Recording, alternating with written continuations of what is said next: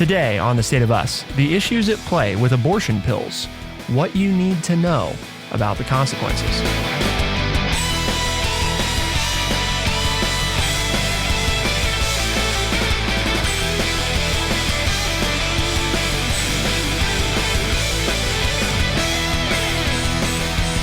Welcome to The State of Us. I'm your host, Justin T. Weller, joined today by the one and only, your friendly redneck liberal and the senior resident historian here at True Chat, Mr. Lance Jackson. Today, one invalidated the FDA's approval of the abortion pill mifepristone. The other ordered the FDA to do nothing to restrict the pill's availability. That's what two federal judges issuing opposing rulings on abortion pills have done. So let's talk about what's going on. We've got a lot to break down because really, wherever you fall on the issue of abortion, there are a number of other issues also at play here. And that's part of what we want to look at today, is kind of basically taking on 7 different questions related to this. So namely, we're going to look at what is mifepristone exactly? What do the two rulings say?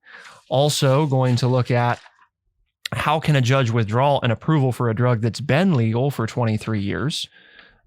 And what are the options for access to the drug if the Texas ruling is upheld? What are the efforts to keep mifepristone available? What if those efforts fail? Could patients order pills abroad? And would revoking the approval of mifepristone have effects beyond abortion? So we've got a lot to talk about today. What do you think, Lance? As you said, there's plenty to talk about here. And the reason it's getting national attention is because it has to do with a pill that is used for abortion. But I think the two main things for me is, do we really want the courts to get involved and start declaring drugs that the FDA has done its due diligence on and we've used for a quarter of a century? Do we want the courts to come in and say, oh, well, you can't use that anymore, because we don't think that's right, or whatever their reasoning is? That's scary because, okay, it's an abortion pill, and whether you come down on, pro-choice or anti-abortion at any kind, that's really not the issue. Do we really want the courts to just come in and be able to judge any drug that any of us are taking or that might be used in the future to help us for any reason?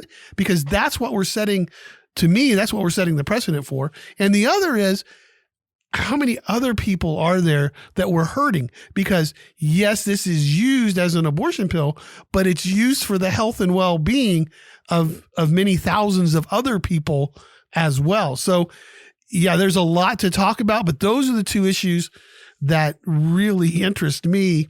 And I think that we have to have our biggest discussion about is, you can see this in a small light and say, oh, well, I'm against abortion. And so this pill, we've got to get rid of it. And, or you could say, well, I'm for abortion, and so we need access to this pill. And you can look at that very narrow kind of ruling, but I think it's much bigger than that. And as we get into it, I'll tell you a little bit more why. So the ruling by Judge Matthew Kaczmarek of the U.S. District Court for the Northern District of Texas, who's a Trump appointee, who has also written critically about Roe v. Wade, declares that the FDA's approval of mifepristone in 2000 was invalid. It also suspends the FDA's subsequent decisions that expanded the use of mifepristone in terminating early pregnancies. The opposing ruling by Judge Thomas O. Rice of the U.S. District Court of the Eastern District of Washington, who's an Obama appointee, orders the FDA to maintain the status quo and blocks it from restricting the availability of mifepristone in the states that filed the lawsuit before the court. That lawsuit, filed by Democratic attorneys general, challenged restrictions the FDA still imposes on the prescribing and dispensing of mifepristone. So you've got kind of two opposing rulings almost. And so then it's a question of, well, what is happening? The latest information is that a federal appeals court, obviously the one that we talked about here, imposed barriers to access on the pill, and this was last Wednesday. The Justice Department announced last Thursday that it would seek emergency relief from the justices, asking them to block the ruling while a fast-tracked appeal moved forward. The judge from Texas no matter what you think of his ruling, kind of did a good thing, in my opinion, because he said, okay, this isn't going to go into effect for about a week. And so he said that in his arguments that he was going to give the FDA time to appeal, which the FDA has done, and fast track it to the Supreme Court so that we can get some closing ideas, arguments, what's going to happen sooner rather than later. And for the Judge Rice from the state of Washington, his decision affects about 17 states and the District of Columbia. That being, if you've looked at maps of where states are fighting to keep a woman's right to have an abortion versus those states that, as soon as Roe v. Wade was decided upon this past summer, have just jumped in and said, yep, we're going to outlaw abortions in our state. That's kind of the same block of states here that are being affected. Those pro-choice states, the ruling by the Washington state judge has kind of allowed the mifepristone to continue to be there. But it sounds like, Justin, that with what the FDA has done and the federal court ruling since these two decisions came out, has then allowed the drug to remain available while this works its way to the Supreme Court, and the Supreme Court makes its decision. Yeah. So for those wondering, or who don't know, I suppose it's important that we talk about what exactly is mifepristone and can patients still get it? Well, the answer to the part about can they still get it is yes, essentially, because it's going to be allowed to remain on the market while the full case is heard on its merits. That's basically kind of, the goal of what they were looking at doing. So, but mifepristone itself is the first pill in the 2-drug medication abortion regimen that is used in over half of pregnancy terminations in the United States.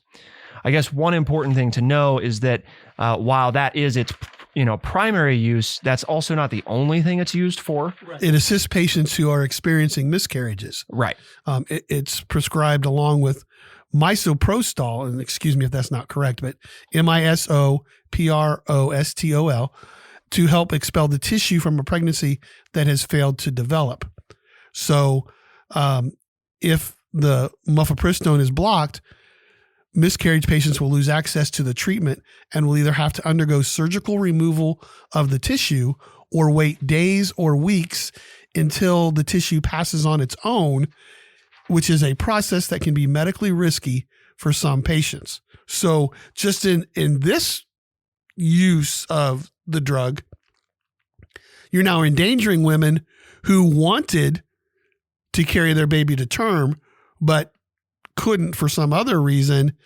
And now, to make it easier for them to get pregnant in the future, you're going to risk that because you're going to deny them access to the drug that will take care of the miscarriage pregnancy cleaner than surgery will. What I imagine should a ruling focus on, and a bigger question too, of drugs that have multiple purposes, of which many drugs do. If you were to have a future situation like this, do you ban the use of a drug holistically, or do you ban the use of it for certain reasons? Well, people need to know, right? And maybe they don't realize it, but a lot of drugs that we take for certain reasons were found through using them for other things. Right. And then they said, oh, we were using this drug to help this person's eyesight, but their cholesterol went down as well. So now you don't have any problems with your eyes, but your cholesterol is an issue. We have this drug that drops cholesterol. So if you start just outlawing classes of drugs, you may also be outlawing ways in the future that will help people in other areas.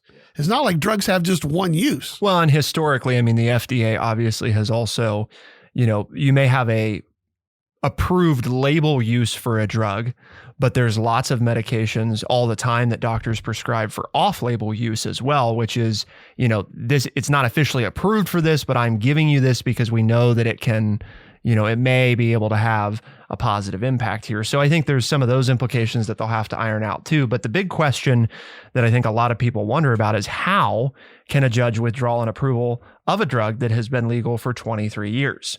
I will say that I'm a little disappointed, I guess, in the New York Times article that asked the question, because they don't actually answer that question. They have like 6 paragraphs here, and none of those paragraphs actually answer how can a judge withdraw an approval. Well, the answer is that the FDA is part of the executive branch of government, and this is the judicial branch, and this is a check and balance situation. Now, maybe we don't want the judicial branch to be able to do that, but right now, from a legal standpoint, they can, because a lawsuit was filed by a consortium of groups and doctors who are opposed to abortion, arguing that the FDA did not adequately review the scientific evidence or follow proper protocols when it approved mifepristone in 2000, and that it has since ignored safety risks of the medication.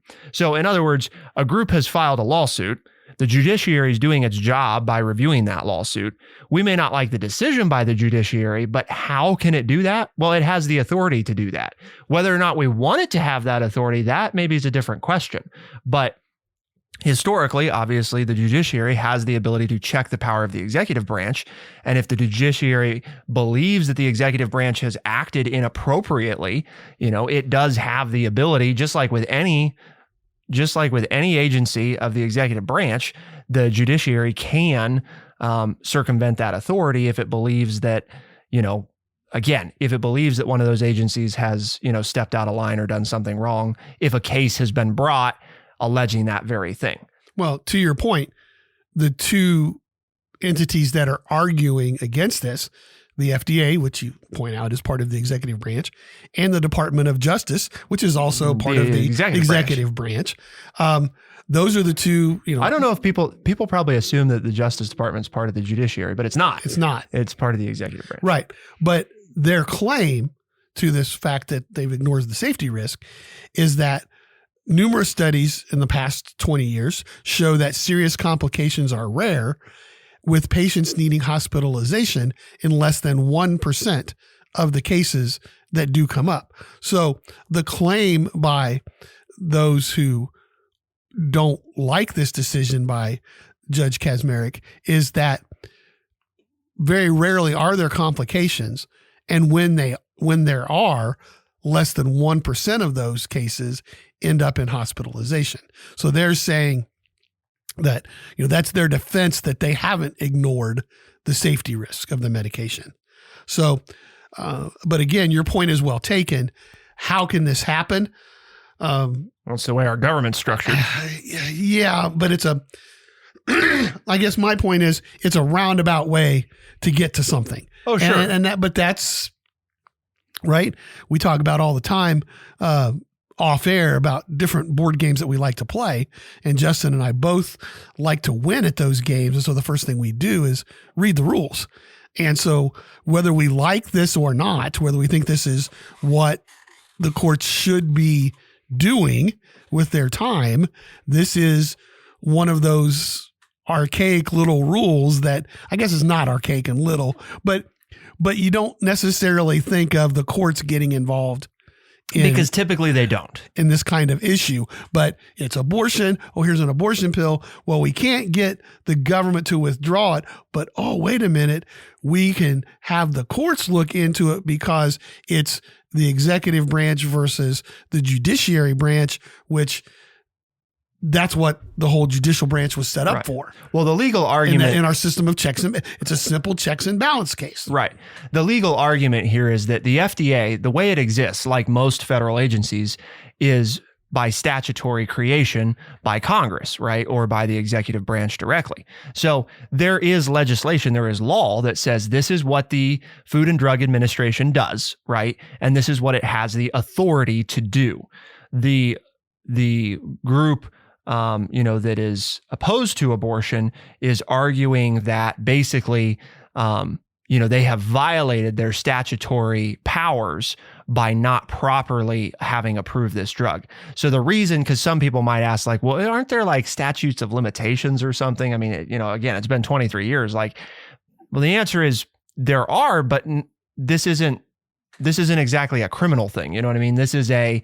We're claiming that a government agency has violated its statutory authority by doing this thing, which, at least in this case, there's not really, statutes of limitations don't really apply. You know what I mean? Whether it was 2 years, 20 years, or 200 years, that doesn't really make any difference because we don't have any laws that say, well, you can't come after a government agency if it's been X amount of time. We don't have anything like that. So again, how can it happen? Just so that folks understand, what we don't want is people saying, well, you can't do that. Yes, you can do this. Again, whether or not it's true, that part, that's for the courts to figure out, which is what they're in the process of doing. But anybody can make that claim, and now the courts are in charge of deciding, is that claim valid or not?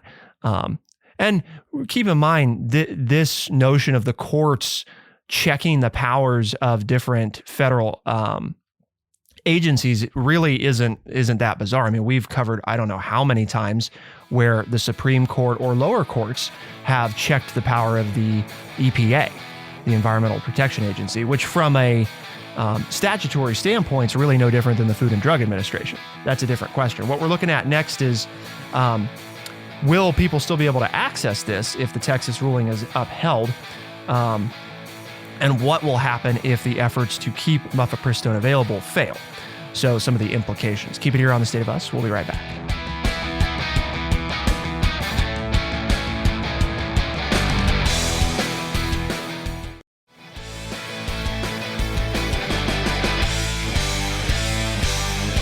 If the Texas judge's injunction stays in place, it makes the FDA will most likely assert that it needs to follow its official process for withdrawing the approval of a drug. That process is lengthy. It requires reviews of extensive studies and data and could involve advisory committee hearings and a public comment period. The process can take months or years, and while it is underway, the drug being reviewed remains available. Legal experts say the FDA also has the authority to decide not to enforce a regulation or prohibition of a drug if the agency considers the drug to be safe and effective, as it does with mifepristone. The agency could issue a determination saying it had decided not to enforce the ruling, or it could argue that it did not have the resources to try to stop the drug from reaching patients all over the country. Because the judge's ruling applies only to the FDA and not to abortion providers, several medication abortion services have said they will continue prescribing and dispensing mifepristone unless there is an official FDA decision to withdraw the drug that the agency plans to enforce. The other set of rules. In the game. Which is that there's a lot of different statutory ability that the FDA has, right? So we talked about at the end of the last episode, well, here's what an individual or groups can do to file a case, to get the judiciary involved, and here's what the judiciary can do. The judiciary's ruling, though, only focuses on a little tiny part of the FDA. Well, and as you're reading that, I'm thinking of President Andrew Jackson in the Trail of Tears, right? Jackson wanted to move the Cherokee Indians westward, and the Indians went to court, and the court ruled in favor of the Cherokee Indians and said, can't do that. You can't do that. They're landowners. They are part of the community. They are business people, right? Well, and you've signed an agreement with them that says that you're not going to do that. Right. And Jackson said, well, I don't care what the court says, and I'm going to move them. And people are like, oh, the president went against the Supreme Court. And okay, Jackson could have gotten in trouble, but in our system of checks and balances, the people who have to get Jackson in trouble is not the court. It's Congress. But it's the legislative branch. It's Congress. And Congress, a bunch of war hawks in there, Westerners, and they agreed with Jackson to move the Indians. So even though the Indians won their case in the Supreme Court, legally, they shouldn't have had to. They should have never been moved in the first place out of, northern Alabama and Tennessee and Mississippi. They were moved anyway in one of the, worst atrocities of a land grab in our country's history, even though they won in court. And that's kind of what I think of here. It's like, there's an assumption. Okay, you can say the FDA can't do this, and the FDA can say, you know what? We think the drug's still safe and effective, like we've already said about mifepristone. So, make us. Right. And the thing is, the courts can't. Now, I'm not a lawyer, but I didn't stay at a Holiday Inn Express last night, but I can see what would happen here is that the states would then start to say, oh, the courts ruled this, so in our state, we're not going to make it. And now we've got another whole rigmarole, So there's still a lot to be said and done once these decisions are made, unless this case does make it to the Supreme Court and the Supreme Court lays it down and says, okay, no, you can't go this direction to get rid of this drug because it's going to affect possibly other drugs. And we don't want to open up that can of worms. Right. Well, and again, if you're taking this, narrowly versus broadly, which is a question too of, the law is the law is interpretation. The law. Right. Well, no, because to what Lance just outlined, the Supreme Court takes this on. If they want to look at it broadly, that's very different than if they want to look at it narrowly. And if they look at it narrowly, just strictly on the merits of the case, right? In other words, do we see compelling evidence that suggests that the FDA did not properly approve this drug and has ignored, standard safety protocols over the past X number of years. And therefore it is dangerous for this to be out there because the process was not followed, which legally the FDA has to follow. Then, you probably are going to get because again, forget what the medication is. Just that's the case, right? Abortion, heart medication, blood pressure so the question is, if they look at it that way, I mean, based on what I see, I think it's likely that the court would come down on the side of saying, no, they've followed procedure and process, and therefore, there's really nothing to be done here because they haven't done anything illegal. I mean, are there some dangers to it? Yes, all medications carry, some degree of risk. And they talk about, here are the thresholds that the FDA maintains for this type of class of drug. Here are the other drugs that are in this same class. Here are the standards. Have those standards been followed? And they say, well, yes. So if everything matches up, which is an if, because there would be, more work to be done, then if it's narrowly decided, you would think this is pretty clean cut. But if you take a broader view of this and say, well, again, the Supreme Court recently provided a ruling, less than a year ago that basically said Roe v. Wade is invalidated. We're returning the authority, or deferring the authority rather, to the legislative branch and the respective states to decide what to do with this. They could maybe make an argument that way of saying, well, no, this medication on its own did follow the FDA process, but because of this other stuff, we can't just look at it in a silo. We're going to have to consider this other stuff that we've taken into account because of what this medication does. We may have to look at it differently. Again, Lance nor I are lawyers, but that's just a very simplistic view of, are we taking a broad look at this, or we want to take a narrow look at this? So can patients still order pills from abroad? This, I think, is an interesting one. Many patients would probably continue to order both mifepristone and misoprostol from telemedicine abortion services based in other countries, especially Aid Access, which is an organization based in Europe that for years has provided the two-drug combination to patients in the United States after they complete medical consultation forms. Currently, for patients in states with abortion bans or restrictions, Aid Access has pills shipped from a pharmacy in India, while patients in states where abortion is legal receive their pills from providers within the U.S. If the Texas ruling stands, Aid Access would most likely ship the pills from India to patients in every state, the organization's founder, a Dutch physician, said in an interview. In 2019, the FDA tried unsuccessfully to get Aid Access to halt overseas shipping. The chief executive said she would remain committed to supplying patients in the U.S. regardless of the FDA's decision. So we talk about even more rules, right? The Food and Drug Administration has authority over food and drugs in the United States of America, but doesn't have authority over drugs and providers in other places. Which is better than the old days. In the old days, I remember cancer patients, and I think the drug was Laetrile or whatever, but they would go to Mexico or Canada to go get their treatment. Because again, to your point, it's outside the FDA's reach jurisdiction. So Yep. I can take a family trip to Mexico or to Canada and get a drug that's outlawed in the United States if I feel like it is the best choice that I have. But now you're saying with technology, we've bypassed that virtually. step. We can do it virtually and have it sent. In some cases, because I don't know if you remember, but during the pandemic, we talked about this whole thing with there are a lot of people, a lot of diabetics that need insulin, and prices got crazy. Skyrocketed. And we had a lot of people that were crossing the US-Canada border to buy insulin and bring it back to the US. Of course, that all got shut down, but you might say, well, why did they do that? Why not just ship it? Well, there's certain drugs have certain regulations that don't make it legal for you to cross a border, to ship across the border with them. Now, if you go across the border, you buy it and you bring it back. So again, here's where the rules get weird and murky, is that's sometimes true. It depends on what the medication is. And it also depends on if it's regulated, like as a traded good across the border. Think about too, like I went on a cruise once and there was this, I had actually got a coconut from a beach that was outside of the United States, put it in the suitcase.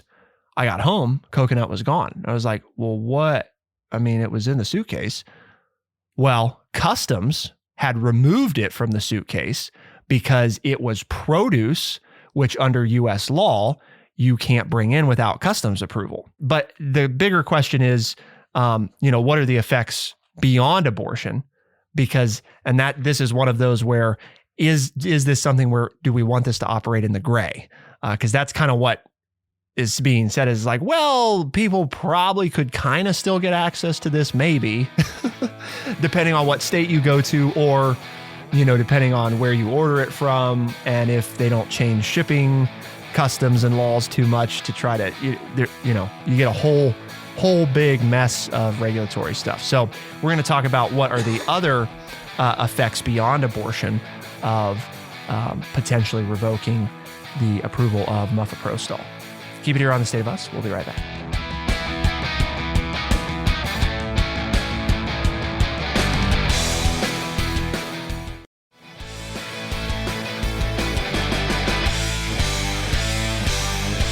It's possible that revoking the federal approval of mifepristol could also undermine the FDA's long-standing and previously unquestioned authority granted by Congress to regulate virtually any drug. Legal experts say it could lead to challenges over the approval or use of medications involved in other controversial issues, such as vaccines or emergency contraception. In addition, if pharmaceutical companies cannot rely on the FDA's regulatory authority, that could affect their decisions about which drugs to develop. So that's huge. That there's last five things that there to last unpack. sentence is huge, right? If drug companies if they cannot rely on the FDA's regulatory authority, that could affect their decisions about which drugs to develop. Because, right, drug companies are the pharmaceutical industries in business to make money. I mean, we may think, holistically, they're just trying to help mankind. Right. I mean, they're a business. But they're a business and they're bought and sold on the stock market, and people, invest in their companies, which allows them to develop the drugs that they sell. But that investment's made because they can produce a profit. And so if there's something controversial out there, they might decide, well, we're not going to invest millions of dollars to develop this drug because this might be denied by the courts, because the FDA doesn't necessarily have the final say-so on whether or not our drug is going to be made available for sale. Right. I mean, we're not even talking about the price of drugs or, and that's a whole nother issue. But here you have then business companies deciding which drugs they're willing to develop and which ones they're not, because it could affect their profit margin, which affects their investing and on down the line. Right. I mean, and on. So all of a sudden we're not getting drugs that the pharmaceutical companies think would help make society better. We're only going to get the ones that they think will pass FDA and court regulations that they can make money off of. I think and I don't think any of us want that. Well, one of the things that this brings up is what a lot of our system of government relies on, which is status quo, tradition, and not doing things outside of the accepted procedure. Again, can this be challenged judicially? Absolutely, it is being. That's what's happening. You know, yeah. You can't ask them whether or not it can, because right. it is. It is happening. You say, well, this has never happened. You're right, but now it is. You know, so now that's the other thing that I think comes into how the court looks at this is, again, from a Supreme Court standpoint, whether or not they should is open to debate. But a lot of times, one of their considerations is what type of precedent does this set? Our ruling on this. If we shut this down, maybe we're saying, you know, we don't think the FDA is overstepped. The FDA has this authority. Go away. There's probably not a lot more cases. Which doesn't mean we agree with the use of the drug, right? At all. Yeah, we're not saying the drug is good. The Supreme Court is supposed to, air quotes here, be above politics. Yeah, their decision is supposed to be based on the law and the law only. Did the FDA violate the law? You know, I mean, that is the question, not whether or not the drug itself, you know, is good or bad for the country. Right. That's really not what, but in making that decision, they become sensitive to the implications of, well, if we say yes, now they've not really opened the Pandora's box, because technically it's always been an available option to take these questions through the court, but they are. And the court often thinks about this. I read a great book called The Brethren, about the Supreme Court, especially through the era of Roe v. Wade and some death penalty decisions and some different things there. And one of the things that you find out is a lot of what goes into the justice's decision is often how much work are they creating for the court system by the decision that they make. In other words, as the Supreme Court, when we craft our decision, we have to be very particular about what we're leaving open and what we're not. You know, where there's certain things we can say, don't ever bring this, you know, basically, if anybody ever brings anything like this again, all lower courts have to respect they can't hear this case. Or, no, we're just talking about just this thing.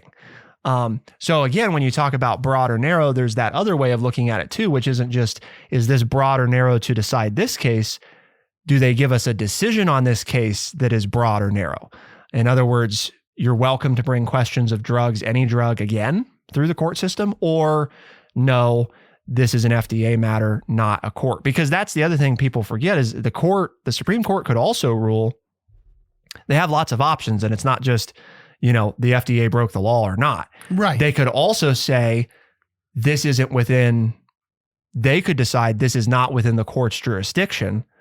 And so we're not saying yes or no, we're saying the FDA, you know, is the entity here that decides. We don't see that they've, you know, done anything outside of their statutory ability. So if you have these complaints, they have to be filed with the FDA. The FDA will do its review process and decide whether or not this is true. Notice we haven't spent the last 30 minutes talking about whether or not abortion should be legal or not legal. We're talking about the way the ins and outs of our government work towards the use of drugs. I think that's interesting, and it's also knowledge that people need to have. The courts have a lot of different powers and a lot of different ways now for the Supreme Court, if it chooses to take this case, because that's the other piece here, right? The FDA and the Justice Department are fast tracking it for the Supreme Court with the acceptance of both of the lower court rulings. Nothing says the Supreme Court has to hear the case. The Supreme Court picks and chooses what it hears. It has multiple cases that it says, no, this isn't important enough, this isn't big enough.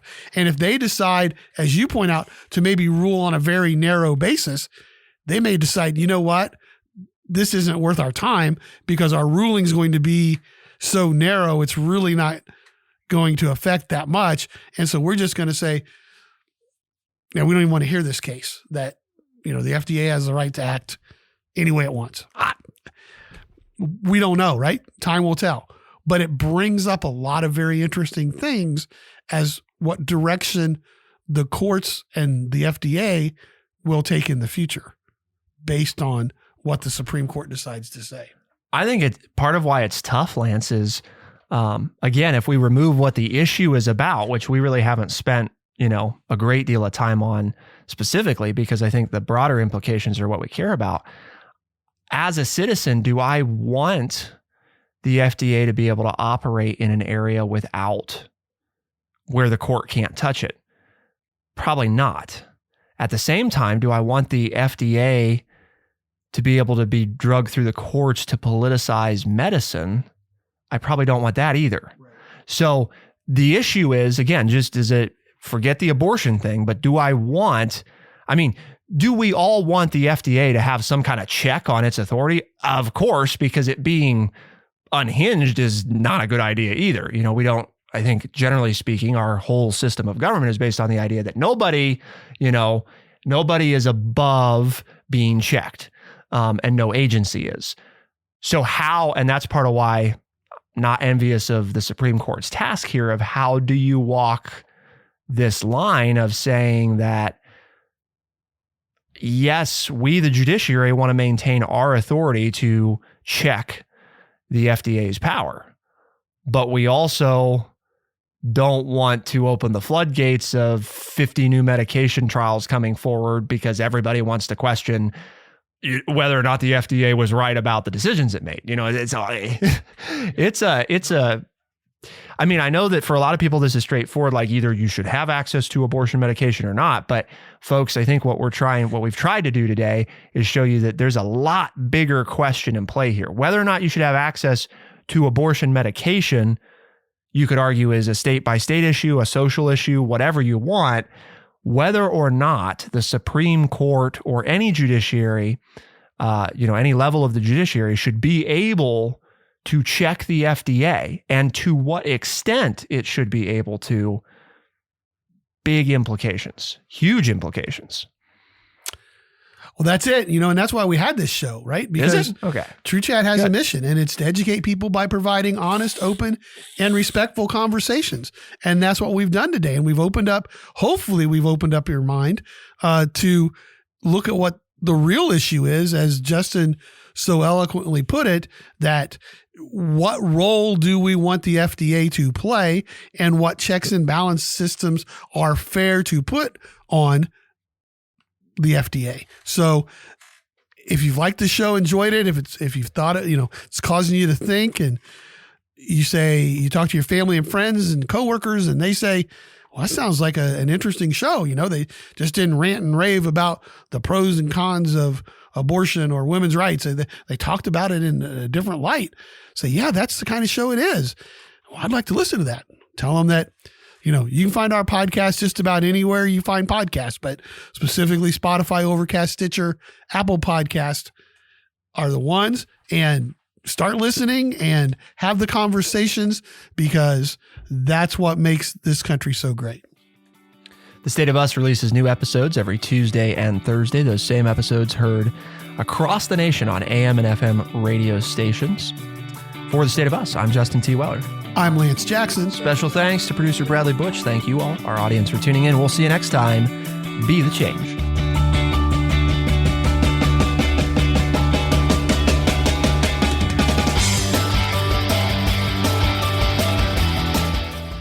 Be sure to check out our website, thestateofus.org, for books, articles, and all the ways to tune in. thestateofus.org.